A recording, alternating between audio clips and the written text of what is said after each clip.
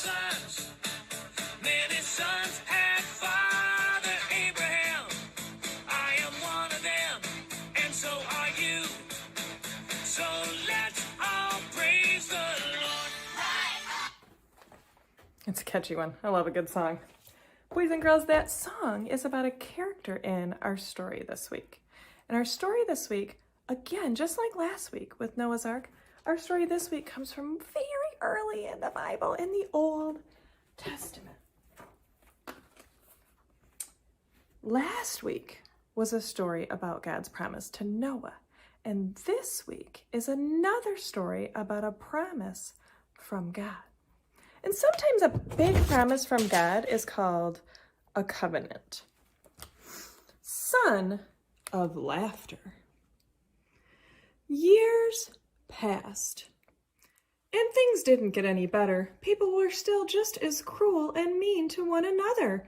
They got sick and died. God's world was still full of tears. It was never meant to be like this, but God was getting ready to do something about it. He was going to make all the wrong things right, and he was going to do it through a family. Abraham, God said, how many stars are there? God was about to tell his friend a wonderful secret. Let me see, Abraham said, rolling up his sleeves. But have you ever tried counting stars?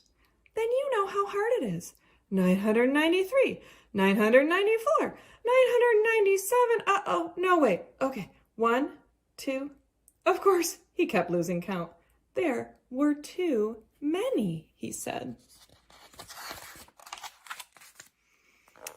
Guess what?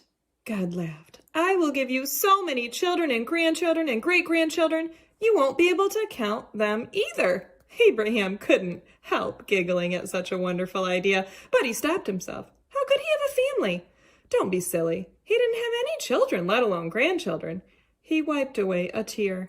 Anyway, it was far too late for him to start having babies at his age. He was 99 years old. What could God mean? Abraham, God said, believe me. And then God told Abraham his secret rescue plan. Abraham, I will make your family very big. God promised, until one day your family will come to number more than even all the stars in the sky. Abraham looked up at the dark night sky, thick with stars. You will be my special family, my people, and through you, everyone on earth will be blessed. It was an incredible promise. God was going to rescue the world through Abraham's family. One of his great-great-great-grandchildren would be the child, the promised one. Do you know who that is, friends? Yeah, Jesus. But it's too wonderful, Abraham said. How can it be true? Is anything too good to be true, God asked? Is anything too wonderful for me? So Abraham trusted what God said more than his eyes could see, and he believed. That's faith, right, boys and girls?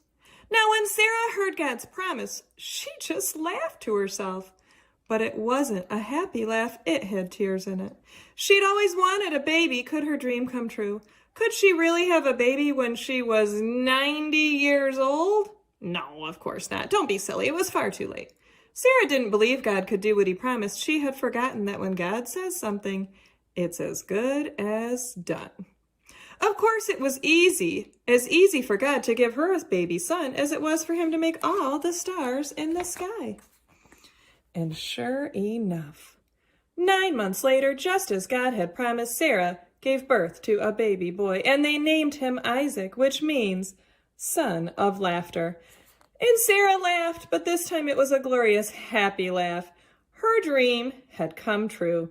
God would do as he promised. He would always look after Abraham's family, his special people, and one day God would send another baby. A baby promised to a girl who didn't even have a husband, but this baby would bring laughter to the whole world. This baby would be everyone's dream come true. Who's that? That's right. Boys and girls, this story reminds us that God's timing is always perfect, even when you're not so sure. Sometimes it's hard to wait for things we want, right? That can be hard. We don't always get what we want right when we want it. I know, it's a bummer. But you have to remember that things will always work out just the way they're supposed to. Just like they did for Sarah. She didn't have a baby when she thought she would, right? And neither did Abraham. He didn't have a family when he thought they would. They were both almost 100 years old.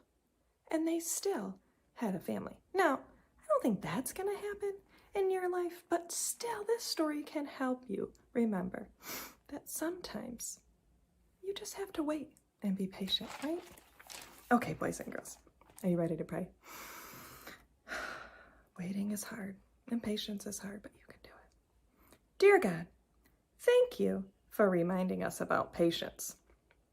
Be with us in whatever we are waiting for, and fill us with your hope